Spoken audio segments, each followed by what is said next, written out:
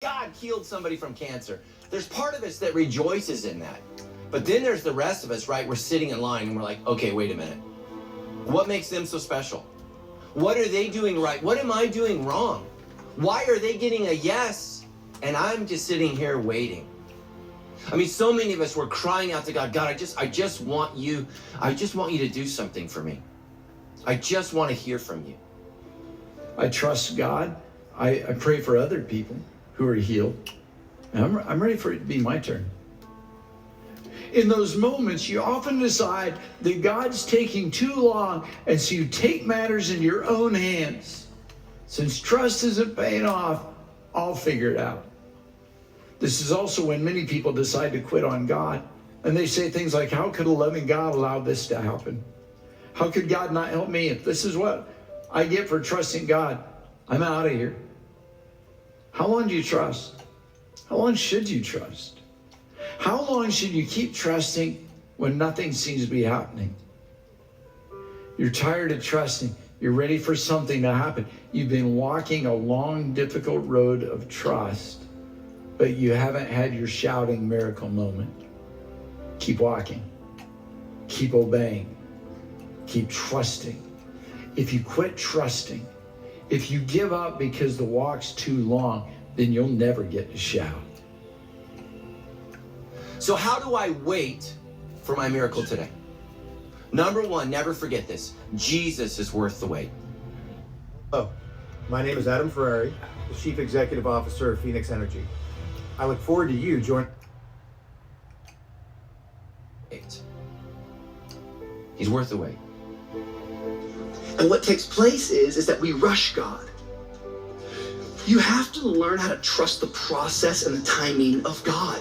You don't want to rush the Spirit. I'm telling you, there's nothing worse than getting the right thing at the wrong time. And here's one of the things that you need to know about God. His timing is almost never your timing. God's timing is very different from your timing. And you know why that is? Because we live in an age of immediacy. Like, we want it now. But let me remind you who you're waiting on and what you're waiting for. So I want to tell you tonight that having to wait does not mean that God is late. Jesus is right on time. Now, don't get me wrong, he might be late on your priority. Totally might be late on your priority. The thing you want, the thing you need, the thing you're asking for, he might show up late on purpose to the party you're trying to throw. But he's not late on his priority. He's not late on what he's trying to do in you. Sometimes we want God to do things for us. God, will you do this for me? Will you please show up right on time and do this for me? And he might say yes, or he might say, no, I'm not going to show up and do that thing for you, but I am going to do something in you. And I'm always on time for that one. God is forming something in you, and he prioritizes what he's doing in you over what you might want him to do for you. Tim Keller said it this way, it's very helpful. God will either give us what we ask for or give us what we would have asked for if we knew everything he knew. Stay focused on Jesus as you wait. Man, it is easy to focus on anything else. Why did she get married? Why did they get a promotion? Oh, don't we? We compare, don't we? You know what happens? You start focusing on what God's doing in everybody else's life. You forgot to focus on Jesus and what you want him to do in your life. That's what we do. Some of you are distracted. And instead of waiting for your miracle, you're complaining that God's blessing other people's lives. What does that say about you? Here's what I think it says. God needs to do a miracle in you before he gives you the miracle you've asked for.